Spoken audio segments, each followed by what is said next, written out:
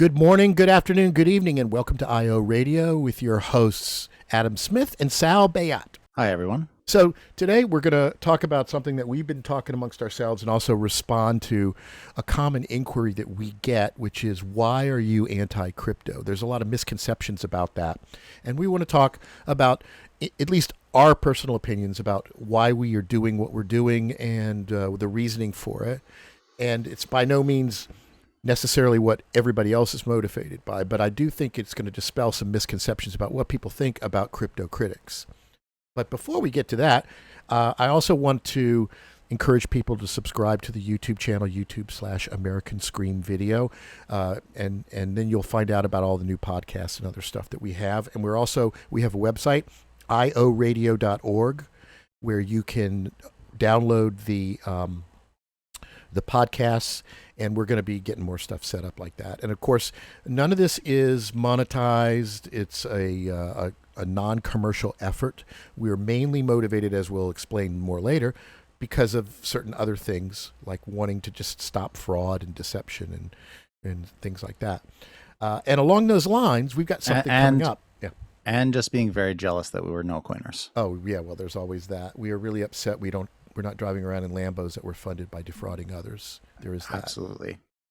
So speaking of defrauding others, there's a big convention that is happening next week. And what big convention? We're very excited about it. If you haven't seen, I put together a highlight reel from last year's convention that you should definitely check out on the channel because it's hilarious. When I was doing research for my documentary, I was sifting through all kinds of Bitcoin videos, and I found the Bitcoin conference in Miami, and started going through looking for snippets that were relevant to the topics I was discussing. And it was so funny, so much of the stuff, that I actually put together a separate highlight reel that you just got to go see it. It's on the YouTube channel. Did you have a favorite, so everyone knows, did you have a favorite video or keynote from last year's conference? Oh, there were so many. Just lots of little snippets of verbal gaffes that they did or Freudian slips. There's the one girl attendee that was promoting her podcast by standing outside the boys' bathroom, giving cards to everybody in line, and she kind of uncomfortably jokingly said, "That's because there's no women here." Oh God! There's lots of little moments like that, and then there's just little indications of just how sociopathic and narcissistic people are, and how they don't even realize it in the way they describe certain things. Who do you think is the most sociopathic of all the Bitcoin people? God, that's really hard. Is there a top three, maybe? Because I was going to say, from last year's conference, my favorite keynote was Peter Thiel, because I think it was the most telling in terms of the propaganda he presented. Yeah. Absolutely. And his partner, who is his partner's name? That also did a show. And, I don't know. And his partner, Peter Thiel, called his partner, too touchy-feely, and that guy was a sociopath. Beautiful. What a match made in heaven. There's a clip in my summary where you see somebody talks about how we should all try to get along and make the world a better place, and this guy goes, "Idealists." This whole be nice to other people, such a take as much for yourself as you can. That's what you should be doing. So let's see. So it's coming up. Let's pop it up and show you a sneak preview. Here we go. I'm ready.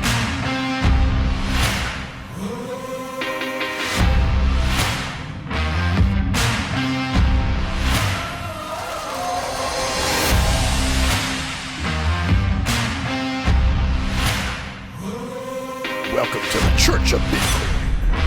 Yeah, that's very accurate. Boom. They're actually leaning into the religious aspect now. That's nice to see. And we were talking about maybe we should watch this as it's live streamed. If it is live streamed, maybe we could do a live commentary on Twitch or something Yeah, like that. that would be interesting. We could definitely try to do that. But it'd be cool. I'm not sure if anybody else would be interested in checking that out or talking with us, and we could have some color commentary for the presentations. Yeah, one way or another, we're definitely going to be covering this because this is comedy godel. And so let's take a look at the at what we've got in terms of distinguished speakers here. Oh, Um, oh, here we Mr. get Sailor, Sailor fan favorite, and an fan favorite. anti-vaxxer, Robert F. Kennedy Jr. Right? He's kind of he's really whacked out.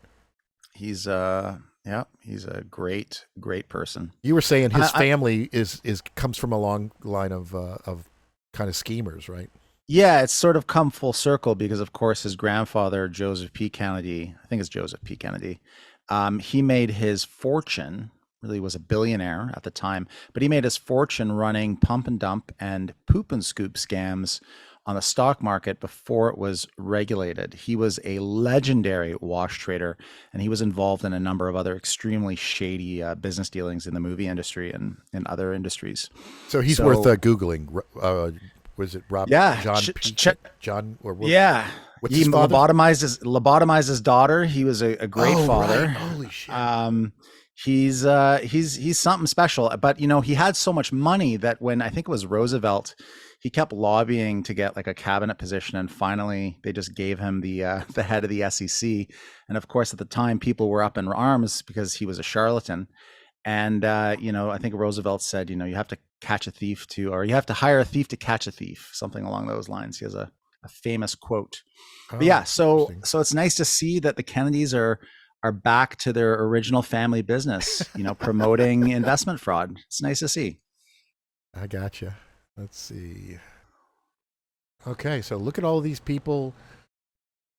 I don't really know much about them. I may be familiar with some of their work, though. You know, I'm not into the cult of personality. This is the lineup, guys. Isabel Duke, I think she's another Ordinals person. So this is the lineup. So you've seen some names, some faces. Not sure it's going to be as good as last year, but hopefully there's some gold. There's some gold in there. Yeah, I mean, it's a lot of people. I wonder how many people on this list are actually not going to end up being there. Well, who knows? I mean, some of them might be there for like seminars, to host seminars or smaller talks. These people are obviously not doing the keynotes on the main stage. Those are probably the people that have the big pictures at the top. Oh, there's the other host. There's a Bitcoin skeptic. They have a Bitcoin skeptic. June Seth. I've never even heard of that guy. Who is he? He's a Bitcoin skeptic. He's probably a Bitcoin skeptic and an Ethereum guy. You know what I mean? He's like another crypto dude. Yeah, let's check this guy out. Yeah, you want to look him up? Oh, Bitcoin and Absolute Freedom with, what is that? As a podcast, home. What Bitcoin did live? Yeah, he's another. Oh, he's on What Bitcoin Did. Okay, yeah, I've been paying attention to that. I think that's where we got our propaganda piece on the Bitcoin mining. That was that channel, the one we did last week. Yeah. So he's making money off of this whole thing. So I don't know if you can call him a skeptic, guys. Yeah. I would say it's when you want to control the range of opinions. So within the Bitcoin community, you want to pretend as though there are skeptics, but you want those people to have extremely mild criticisms, to pretend as though this is the range of discourse. This is what we can talk about. Now this girl, this is the one that last year was standing around the boys' bathroom handing out her cards promoting her. It's a podcast. Now she doesn't even call it a podcast. She's moved up, I guess. But she was just there to hype her podcast. Now she's a speaker. Hard money. The year before. She spoke last year. And by the way, ladies, if you could probably very easily get a speaker gig at this place, because I'm sure they're willing to bend over backwards to offset this ratio here. I'm sure that anyone could get a gig as a speaker at this conference. The question is if they're going to charge you money or not. Oh, there's our favorite guy, Peter McCormack. He's going to be there. Oh yeah, and this guy is hilarious. I got some great clips from him last year. He's one of the MCs of stuff. I think it's funny. He's smoking a joint or a cigar or something. That's definitely a joint. Yeah, this should be fun. I wonder if they're going to trot the volcano out as the backdrop again for their little broadcast thing. Will they have the bull? I don't know. Lots All and right. lots of men. This is good. I think we're good. Yeah, it just goes. I mean, this goes on and on. This is it's a lot. It's a lot. That looks AI right there. I mean, I think we can all agree that the seared salmon will have the best, most insightful commentary on Bitcoin. Yeah, Jasmine Rice too. It looks like so. Yeah, you don't want to miss that one. No, that's my favorite. Another Taproot wizard. Lots of companies. CEO of the Human Trafficking Institute. Okay. Is that a pro human trafficking? Like we're the greatest human traffickers the world's ever seen, guys. We do good human trafficking. There's those bad human traffickers out there that are giving us a bad rep. Yeah. We ask for ID for all of our victims. So are all the BRC20 tokens that are clogging up the blockchain, are they these things, this crap? Well, the wizard thing is a specific that's a Taproot thing, huh? Yeah, that's the Taproot wizard. This is a specific project that's using ordinals again to be like the Bored Ape Yacht Club. The BRC20 stuff, there's other people doing that stuff. I mean, although I'm sure they're going to make a wizard coin or something. Right. So, it's all about building hype and then scamming. All right, let's get to the point here. So what prompted me to talk with Sal about wanting to do this is, we're in the trenches here in social media, on Reddit and other places, and Twitter and Mastodon. We're debating with people, arguing. And the one common thing that they say is, why do you hate Bitcoin? You're just jealous. You're just upset that, do you realize if you bought Bitcoin when you first started complaining about it, you'd be rich now, all that kind of crap. So there's a lot of misconceptions about why people in this area, which is a very small area, there's not a lot of us people that are spending a reasonable amount of time trying to raise awareness in a negative light about the problems with crypto. Probably just, a couple of dozen major people. We're by no means at the top of that pyramid. But there are people out there, and what is their motivation? I'm sure some of them it's just to make money, just to get some attention, and crypto is popular, and maybe they're, being critical can make you popular too. Probably not nearly as easily as being pro. But I want to talk about what my motivation is. And of course, Sal, let's hear from you. If you we talked earlier about it. You didn't feel like your motivation would be that exciting to mention. Well, I'll try to be less boring and not put everyone to sleep. I just generally think, as a general comment on what you were saying, the criticism that's leveled against critics, it seems as though a lot of people who are attracted to this industry, it seems as though they can't understand not having a financial incentive to do something. So it just seems logical to them. Well, of course you must have a financial incentive to criticize crypto, because why else would you do anything? And maybe they don't understand that for some people we're motivated by more than money. And for me, I'm a technologist. I've, worked in infrastructure with database systems. A lot of my background has to do with transactional databases, carrier messaging system processing large volumes of messages. So SMS, MMS, other stuff. And so I'd heard about Bitcoin, a few times, over the last 10 or 15 years. Every time I would check it out and I would say, this is bullshit. But I'd never really looked at it in depth. And finally, when the pandemic hit and, things started going crazy, I had some friends who were getting into it. And I said to myself, Well, everybody's talking about this. Everyone is really hyping this up. They say it's this great new technology. It's going to change the world. We can do stuff that we've never been able to do before. So I should actually go and I should do a deep dive into crypto and Bitcoin specifically. And and so I did that. And initially, I'm used to building systems that process millions of transactions a second. And so I figured, I can understand it's supposed to be a payment system. There's going to be some kind of transactional throughput. There's going to be, some database component. This is something I can get my hands around and I can figure out, and I can figure out how it works in a very in-depth way. But the more I looked at it, the more things didn't make sense. So I kind of started looking at, because I said, okay, I can't use this. Like if I wanted to build a project myself, I could never use this. This isn't useful for anything. The transactional throughput is 7 messages a second. It doesn't make any sense. So I started looking at private blockchain, and for a little while I thought, well, this might be more useful. But it's just the more I dug, the more I learned, the more I realized that this was all smoke and mirrors. Right. This couldn't possibly do what it said it was supposed to. And in fact, I started looking at other crypto projects, and every time I would dig deep, I remember the first crypto project I really, besides Bitcoin, that I really looked at. I think it was called Deeper or Deeper Coin, and I really dug into the project and I read the white papers, and I looked at this and I said, well, they're just selling these sort of really crappy firewalls and they're making millions of dollars. There doesn't really seem to be anything here aside from a shitty firewall that they're claiming is going to change the world and is next generation. And I'm like, this is all bullshit. And this is the stuff that my friends who are also, some of them were some big time consultants at different consulting agencies, they were telling me, well, you really need to look at the cell. You really need to get into this. And I just didn't understand it. It didn't compute.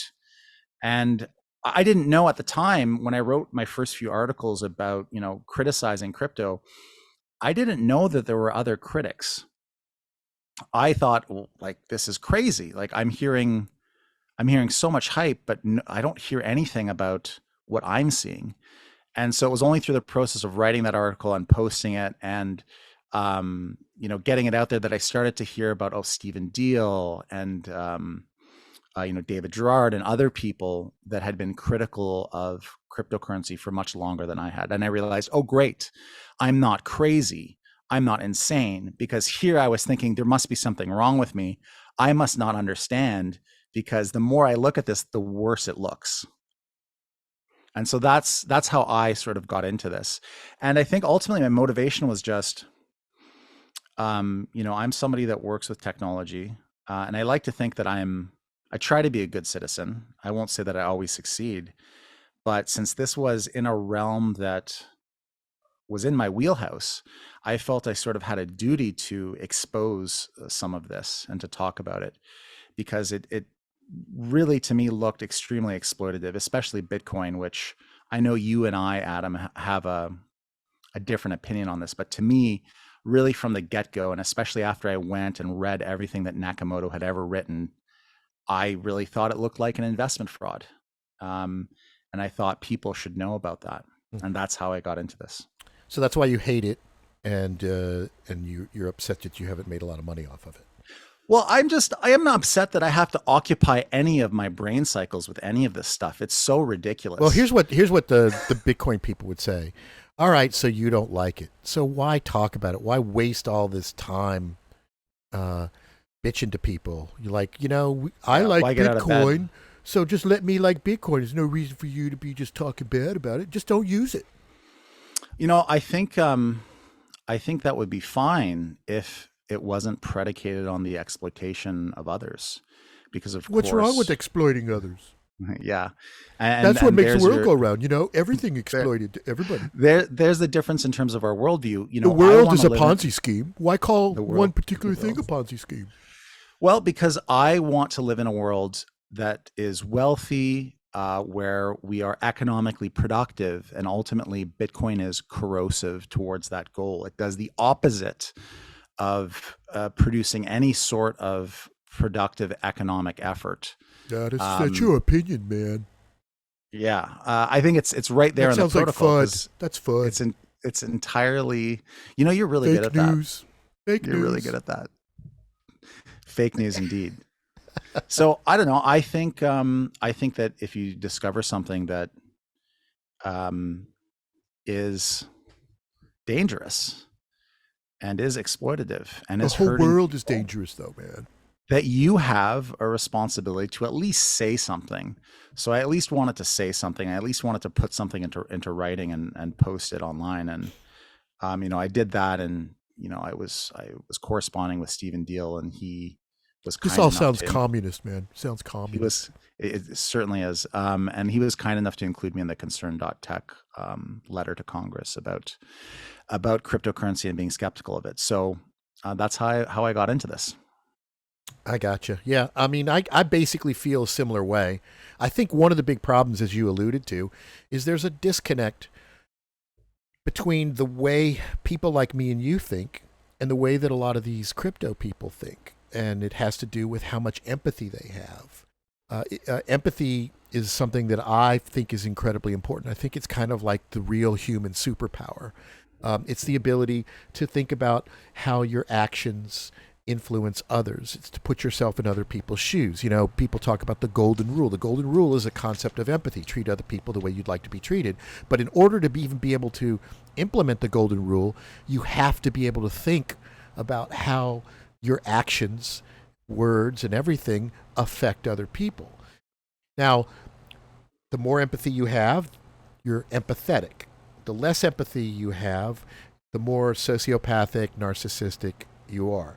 So at one end of the spectrum, you've got psychopaths, sociopaths, and narcissists, which are people that are just very selfish, think the world runs around them. They can't imagine doing anything that doesn't directly benefit themselves. That's low empathy. The higher empathy you have, the more you begin to realize that, hey, what goes around comes around. You know, if I dump some trash here, sure, it's not where I live, and I may not see it when I leave, but I'm contributing overall to my environment just being crapped up. And if I don't want to be in a crapped up environment, I should just not litter. That's an empathetic ideal. Same thing when it comes to stuff like crypto. If you recognize that something is a scheme and it involves defrauding others and deceiving others, even if you can't make money at it, it makes your world a little bit more deceptive, a little bit more fraudulent. And that sooner or later will come down back around to you. At least that's the general consensus, and it seems to be true. I mean, look at global warming and climate change. This is us just dumping stuff in the environment and not thinking ahead, and it's slowly coming back around. And there's lots and lots of examples of this. And I think there's a fundamental difference in the thinking between many of us that are critics, and there's people that are critics that are sociopathic and narcissistic too. But I think in the case of me and Sal, we really do think that crypto doesn't really produce anything good for 99.999% of humanity, and there's better things to spend your time and energy on. And I Can also I believe it's just eventually going to completely implode, and I'd like to get ahead of that and minimize the damage. I just want to interrupt for one quick second, because I want to call out, I think, a slight difference um, between our opinions here on this specific topic of empathy.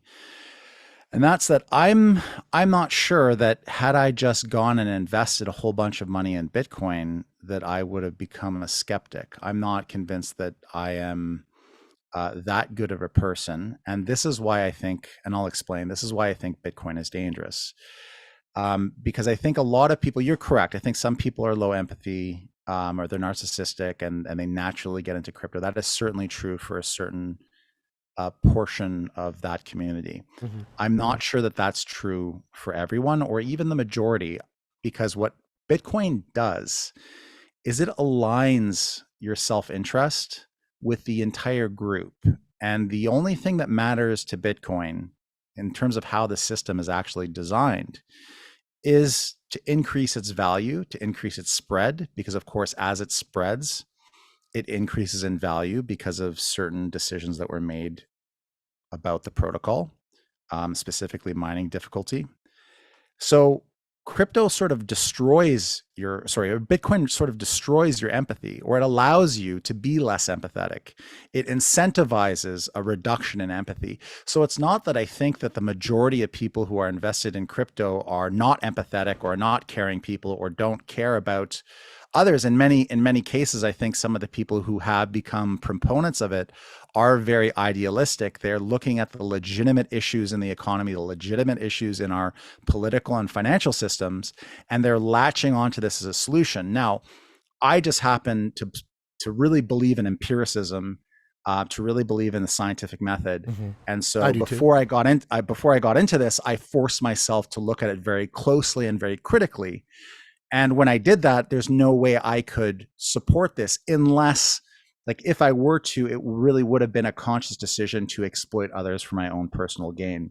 But I think some people get sucked into it. They put money into it, and then they're sort of incentivized to not care about the real consequences of this technology.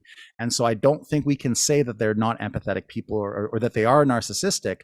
I think a lot of people have been tricked. A lot of people have been fooled. Well, again, I'm not saying it's not Yeah, a binary thing. It's a scale. It's a continuum. There's more. yeah, There's more. There's high empathy people that are into crypto, absolutely. But I think the higher empathy you are, well, if you're too empathetic, you become dysfunctional in that way, where you're just unable to represent your own interests, and you're so busy, trying to see things from other people's point of view. If you're too empathetic, you can also be very destructive as well. But you're usually more destructive to yourself than you are other people.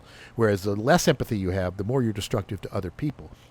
Crypto, as an industry, is destructive to the majority of those that participate, as well as anybody that comes into contact with the crypto ecosystem. It's a yeah, negative sum game. It causes more damage. So therefore, the anybody. I mean, there's people that get into crypto that are completely ignorant of how destructive and deceptive and fraudulent it is, and those could be people with any degree of empathy. They're just manipulated by uh, other people, or they're convinced by their friends and family, or they just didn't know any better. I recognize that. And now, I, go ahead. I would say, sorry, I would say that where you are correct in stating that crypto people are narcissistic and have no empathy No, I are didn't for say the I didn't the say that definitively. I just said it's on Sure, a sure. scale. But I think where that is most true is with the ringleaders. It's with, the Michael Saylors. It's with the Peter Thiels. Those are the people that are really, it's with the Winklevoss twins. Those are the people that, I mean, they wouldn't piss on you if you were on fire, and you think that they're giving you stock tips. Really? These are the Yeah. most psychopathic people in existence, who only care about their own wealth. They don't give a shit about you. They'll be perfectly happy to, eviscerate the public school system more than it already is, or make sure you could never have access to affordable healthcare, as long as it meant they paid fewer taxes. And you think they care about your wealth? I don't know if I I'd go think you so need to far as look to at call this. them psychopaths. That's a very specific, where you get pleasure from hurting others.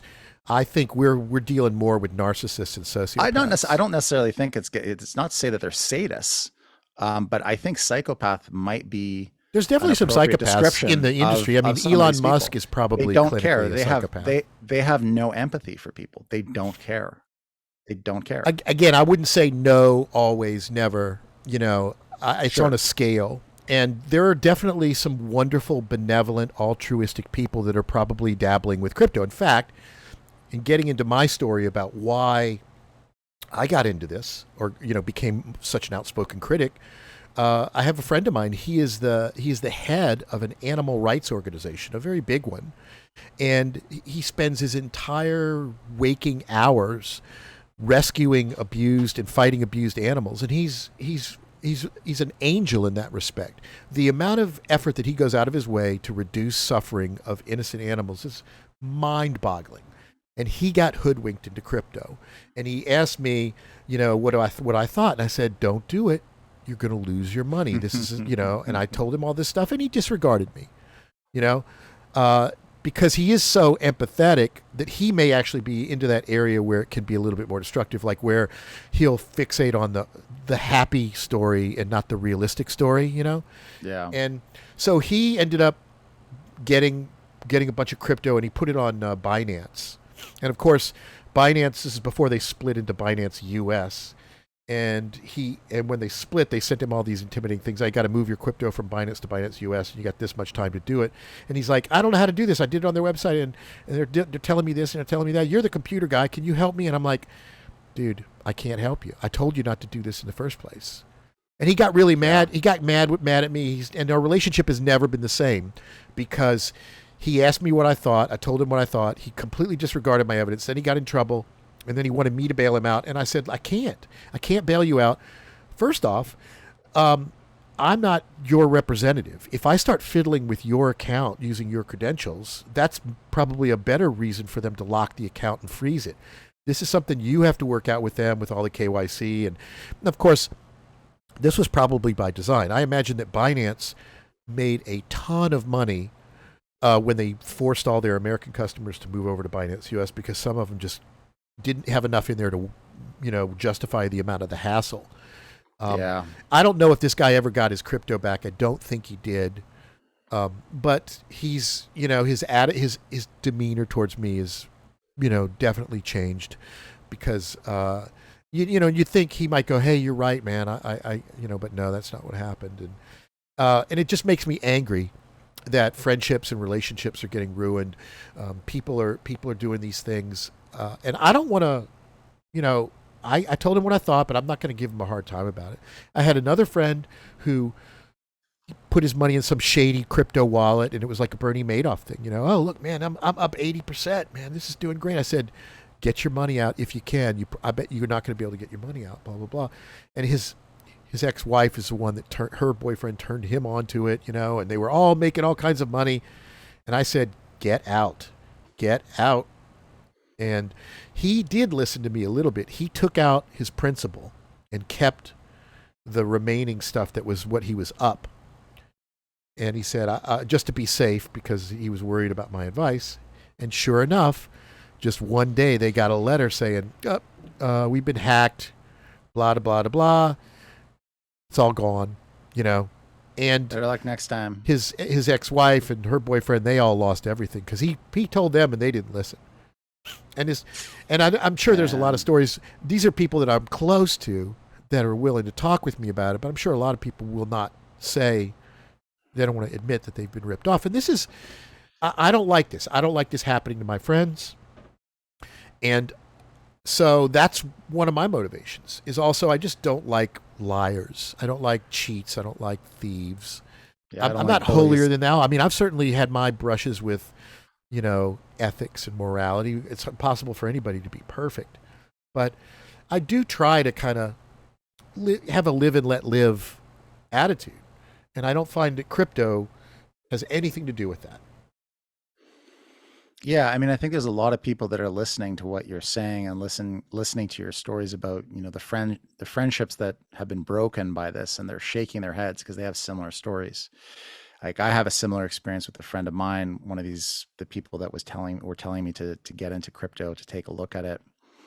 And I remember I had done some research, I had been writing some articles, and we had a lunch, and he was like, so, are you investing? Are you buying? I was like, no, that's all bullshit. And he's like, what are you talking about? And I remember he said something, I was asking him, I was pressing him, well, tell me, like, why is this, technologically, why is this important? And he had some line about, side chain this and some buzzwords. And I just said, what does that mean? And he couldn't answer. He was just sort of caught flat-footed. And well, that's the thing with these crypto people, right? You drill down beyond their talking points, and they're incapable of providing any additional context or details. And it was just sort of awkward after that. And I was in like a chat with a bunch of people he had gotten into crypto, and he had gotten them to invest. And it was the most hilarious thing. I think this was a few months ago, where he was talking about how he had made $20,000 and had paid for a new pool, and then other people in the chat were complaining that they had lost $20,000. And it's kind of like, do you see how this works? Do you see how one person has made 20,000? But again, the sociopaths and the narcissists, they don't care. They don't.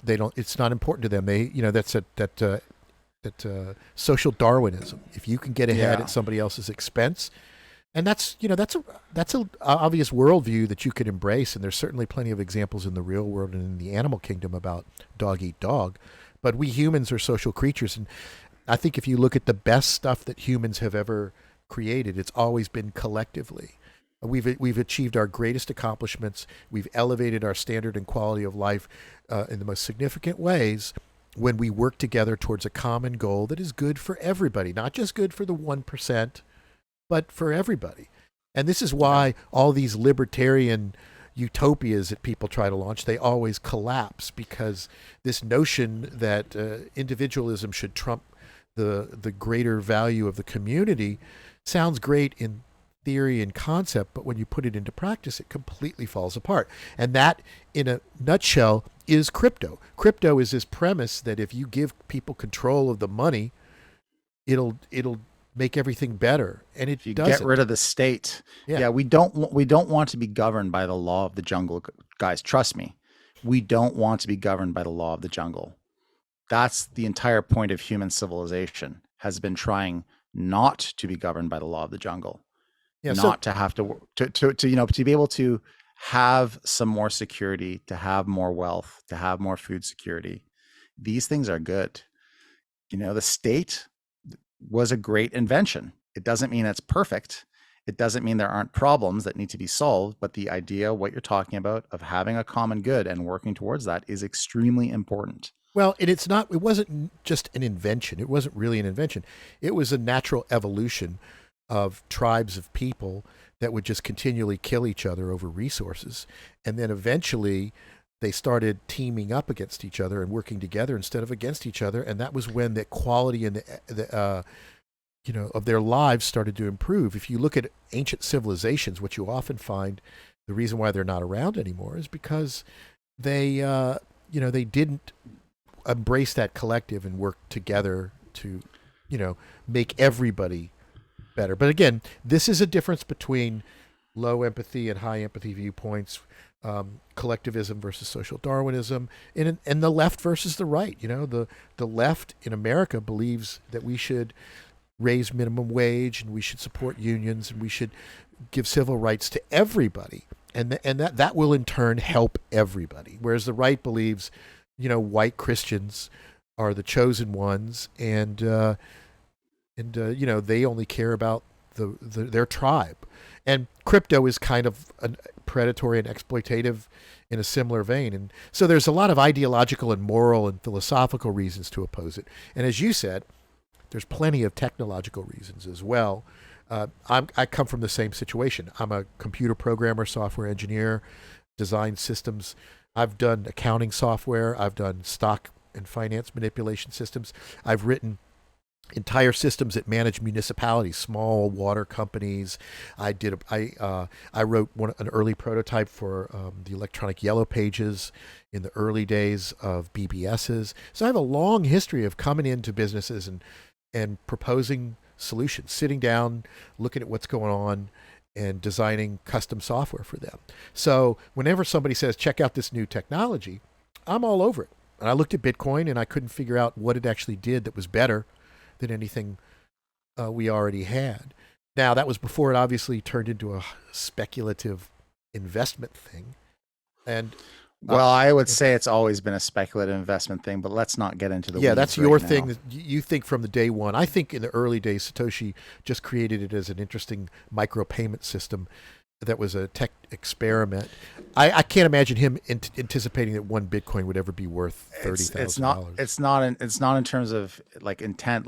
I would say get rid of intent. Just look at how the protocol is designed. I don't think that you can make that statement that it wasn't designed to be speculative when Nakamoto in 2009, before Bitcoin was popular at all, stated quite explicitly on the P2P, I think it was P2P Foundation message boards, that it was designed to increase in value as it became more popular, and that increase in value would then make it more popular, which would then increase the value more, which would then Right. make it more I popular, et understand. I don't cetera, et want to cetera, drill. et cetera. So this is what Nakamoto said themselves. So given that that's what that person said themselves, I'm not comfortable making the statement that it wasn't designed to be speculative. That certainly sounds speculative to me.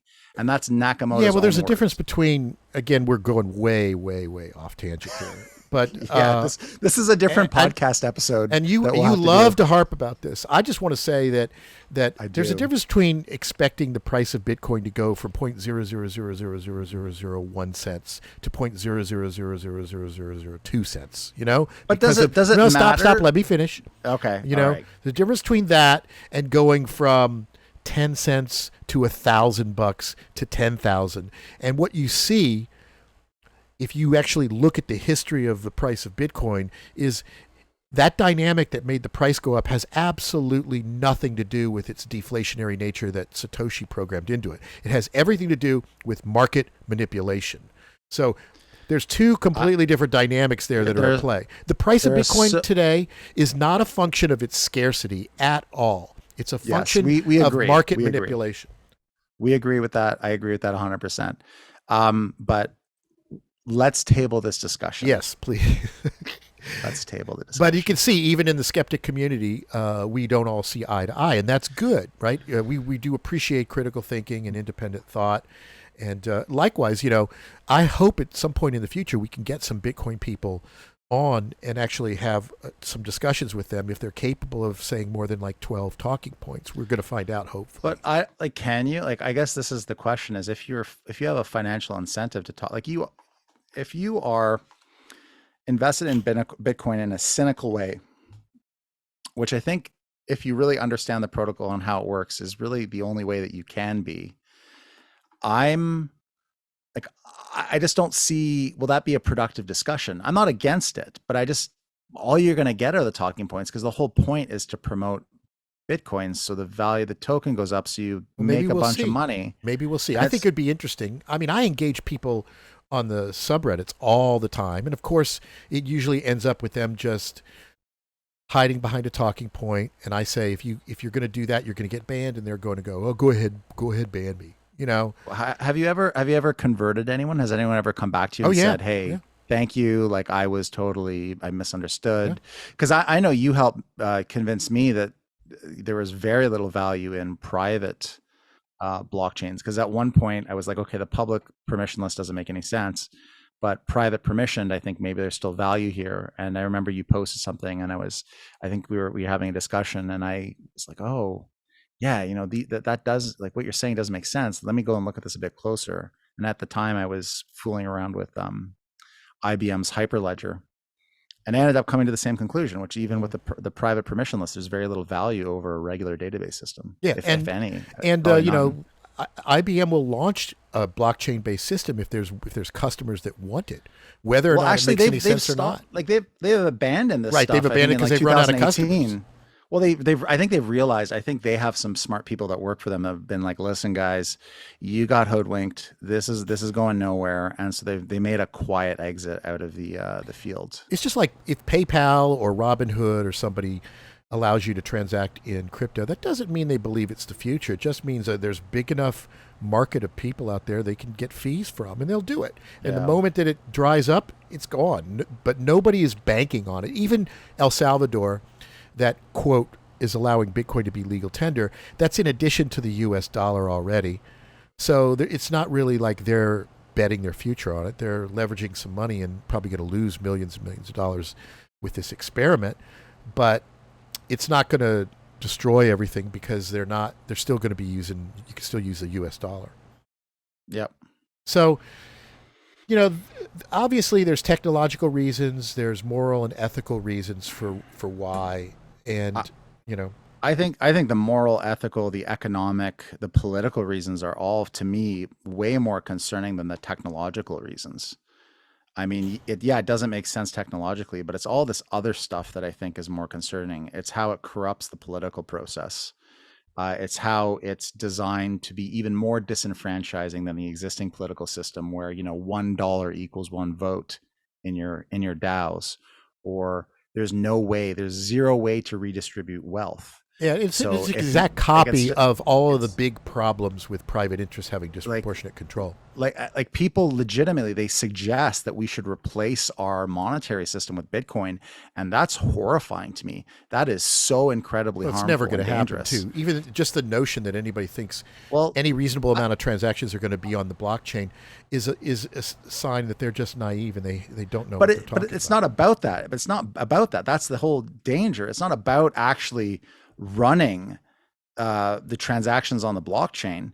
It's about switching over to say that your wealth in society is no longer based on a currency that is democratically governed. It's now based on this arbitrary thing that I have all of, Right. which completely, I mean, in a way, the state is its money supply and vice It's versa. just another So, fantasy that they wish would happen. but That's not they're going to happen. it's well, you say that, It's but not. we No, have to it's be not going to very happen. careful because they are bribing politicians. There are two of them that are speaking at the Bitcoin conference. So, I know people are like, well, it's going to spin itself out and it's going to go away on its own. I'm not so convinced of that. I think we need to make sure it dies. We need to drown it in a bathtub. That's what we need to do. Yeah, this is another point that me and you argue about. And I think you really have to be cautious when it comes to political interference from private special interest groups. It's already a problem in our political process. And with Bitcoin, it's much worse because yes, there are lobby groups that have way too much power and that influence policy. However, at the end of the day, some of those industries are actually doing work. With Bitcoin and crypto, it's a completely consumptive and economically And you'll get unproductive no industry. argument from me there. I just So, I think we obviously differ on whether it should be anybody that touches it should be murdered, or we should just let them no, no, kill no. each You other shouldn't off. murder people. But what you should do, I think, is you should not allow cryptocurrency to be exchanged for fiat currency. Well, If you want, but see, we don't need to pass any new laws. We just need to enforce existing laws. So yeah, I that's don't fair. see That's a that. fair point. I don't see that necessarily. That's going to eventually be happening, but it has to be done subtly, because that's just the nature of the modern 21st century government is more hands off than hands on when it comes to industry and money. And that's a whole nother thing to argue and debate that we can't get into either. Obviously, you could see even among us, we don't necessarily agree on all the solutions, but we do kind of agree that this is toxic and it's like a cancer, and it hurts people, and it hurts industry. There's a lot of really good things in the tech industry with cryptography and databases and networking and decentralizing things, but blockchain really isn't it. And Yeah. obviously, we know more about the technical details, so we're that much more confident. But you don't really have to be a software engineer, because they're not pitching this to you. I mean, they are oftentimes trying to confuse you with all kinds of techno babble. But what they're claiming it'll do for society is something that you should be able to see and understand. And if you don't, then that's a sign that something is wrong. And so I just want these people to be honest. I'm tired of the lies. I'm tired of the deception. If somebody said, hey, okay, it's a Ponzi scheme, but it's my best chance of making money, I'd be like, all right, well, I respect that. I respect what you're saying. I don't agree with it, but at least I do respect that you're being honest about it. But we don't get And that. now you can be charged with criminal charges for running a Ponzi scheme. Straight to Okay. jail. Straight to jail. As a police car drives by, I don't know if you can hear that. Yeah, that's well timed. Well timed. I don't hate crypto. I'm not upset that I didn't make money in crypto. I'll tell you right now, I have hard drives that probably have 2 or 3 figures of Bitcoin on them. I'm pretty certain of that because I used to run a mining rig in the early days. I remember when the Bitcoin Fountain there was a website that would distribute whole Bitcoins. And, Gee, I wonder why that is. you know, I have a bunch of hard drives and tape backup units of servers that I ran back then. And I'm almost certain that I could probably find some wallets with some crypto on it. But it's not worth it to me. Obviously, if it was millions and millions of dollars, I might change my tune. but I'm sure that it's at least $10,000, $20,000. But I think liquidating crypto is a lot harder than people think. If you've got a little account in an exchange, you've got $5,000 or $7,000 or even 20 or 30, and you've been dabbling for a couple of years, you might seem okay. But it's like in the casino. If you suddenly win a huge thing at the slot machine, then they're going to check. They're going to check who you are, your age. They didn't give. They probably wouldn't care when you walked in as long as you were losing. But when you win, that's liquidity you're taking out of their thing. And I think it's a lot harder than people think to cash out. And it's going to get harder and harder over time. But yeah, I guess I'm privileged. I'm comfortable enough not having to scam people to live a comfortable life. I really would hope that those that are playing in the market can find a better way, because I just don't think it's going to deliver what you think. Even if you're making money and you're up, I still think. I got into an argument with somebody today about this. They said, I've made so much money in Bitcoin now that even if it goes to zero, I'll still be up. And I said, okay, that's fine. And this person didn't care whatsoever whether or not anybody else was defrauded or whatever. He's just happy he's up. And I said, okay. Wait, I want to address this. So I said to him, that's fine, but I would be willing to bet that you have other issues in your life. Your interpersonal relationships with others might not be as good as they could be, because this is clearly a sociopathic and a narcissistic tendency of not caring if your actions hurt other people. And if you could feel that way about Bitcoin, you probably feel that a bit way about relationships. And if you've ever gone on some of these communities where you've seen some of the interactions between people on these sites like Tinder and some of the crazy stuff they say, there's a lot of people out there that don't even know how to be nice to other people. Like, they're misogynistic and misandrous. And I just don't think a lot of the people that adopt that kind of philosophy are wonderful friends to be around. I think it leaks into everything else that they're doing. Yeah. If you don't mind defrauding others to make money in crypto, you probably also are not a good person to be around in other areas, is my contention. Yeah. I mean, that's the fair statement. I think, in terms of being up on crypto, well, with Madoff, there are still people that are going after the money that was made and clawing it back. And I think ultimately we need something similar for all the money that's been made on crypto. That money needs to be clawed back. And it may be. We're seeing that with FTX. They're trying to go after some of their early people that got out with the money. But forget about FTX. Like, even the money people have made on Bitcoin, or the money people have been making selling shares of Coinbase, it's all the same. It's all based on fraud. It's all based on a greater fool. There's no underlying economic productivity that supports any type of valuation beyond zero. So all this money needs to get clawed back that people have made and redistributed to the victims of these frauds. It'll be if it happens, it'll be the greatest clawback we've ever seen. I don't see it. I don't see that happening to any big degree. I see it happening in little clumps, like when certain exchanges collapse. But as you can see, I don't see the IRS swept in and said, well, they owe us $44 billion in back taxes. So there's an unlikelihood that anybody at FTX that actually had money on account will see that back, just because there was a lot of shenanigans they were doing. Yeah, I mean, I agree with you that I don't think that we're going to see it. I think that we should. That's all. Yeah, in a perfect world, you should be able to hit a button and get all your money that was stolen from you back. Let's work on that button. I guess it's called the banking system. It's the government help me out button. Boop. Yeah, it's the one that they want when they get hacked. When Bitcoin core developers get hacked, then they want that button. Oh, right. Well, I would say we're about at the end of the time for the show, and I hope maybe it sheds a little bit more insight into what motivates us. I could have also talked about more tech aspects and things like that, but as I said, there's different types of people. Some people are live and let live, and some people are live and let die. And I'd rather be one of the live and let live people, and call attention to the live and let die people. I just generally think that cryptocurrencies and Bitcoin are harmful. It's an example of a harmful technology, and it's one that we should oppose.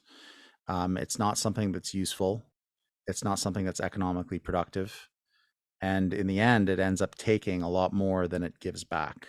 So it's something that we have no use for, have no need for in society. And there's a lot more negative externalities than there are positives. So, I mean, I don't think I attribute it to people's character so much as a dangerous technology that exploits people. I also think it just philosophically and psychologically, it promotes a concept that I think is just destructive socially, which is this notion that you can get something for nothing. That you don't have to work very hard and you can see 100x return on your investment. And I think that lack of a legitimate work ethic is like a virus that can spread through the population, and that's harmful.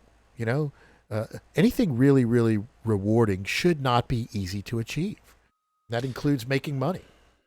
Yeah. I mean, I think generally as a society, we need to think about how we incentivize people. And there are lots of examples of poorly designed incentive structures. Certainly, billionaires are one. We shouldn't reward people with, I don't know, what is that, hundreds of thousands of times more wealth than a regular worker when they're not doing hundreds of thousands of times more work. Yeah, So, it's funny that we celebrate people like Jeff Bezos and Elon Musk and Mark Zuckerberg, um, thinking that we could be like them, as opposed to say denigrating those kinds of people, saying you're taking such a disproportionate amount of society's wealth and you're not putting it right, back into society. right. But it's funny. It's kind of just so disappointing how your average person would rather think they could benefit faster by becoming Jeff Bezos than they could be by advocating for a big tax on billionaires that would actually Yeah. literally put more money into the economy, into the infrastructure that would probably more directly benefit them. Yeah, or a But real public transit system that would that's too actually increase complicated. economic output. It's too, I'd rather just be Elon Musk. And if I just Yeah. buy the right shitcoin, I could be like Elon Musk. No, Well, you're hold never on. going to be like him. Let's call this out properly. What this really is people want to be kings. They want to be kings and queens. They want to be royalty. They That's want really what something. it They is. want When to be people say born they into wealth without having to when work they for it. when they say I want to be like Elon Musk, what you're saying is I want to be a king. And those guys, those billionaires, they want to be kings too. And they want the same privileges. And in many cases, they have the same privileges But those as kings are royalty. born into it. They didn't get lucky, you know. But a lot of these guys were lucky. I mean, Well, these they were lucky genetically they to be had born into the right family. they had bankers for fathers. They had lots of access to liquidity and to capital. I mean, Elon Musk is a great example. His Right. dad owned an emerald mine Right. and seemed to be involved in some other shady business practices. But All I of these mean, we don't super need to rich go into people that. had very well-to-do, well-connected parents. The luck, any luck, was just that they ended up being born to those And parents. and even if you did, like even if you made your billions of dollars yourself, the fact is ultimately you become a parasite.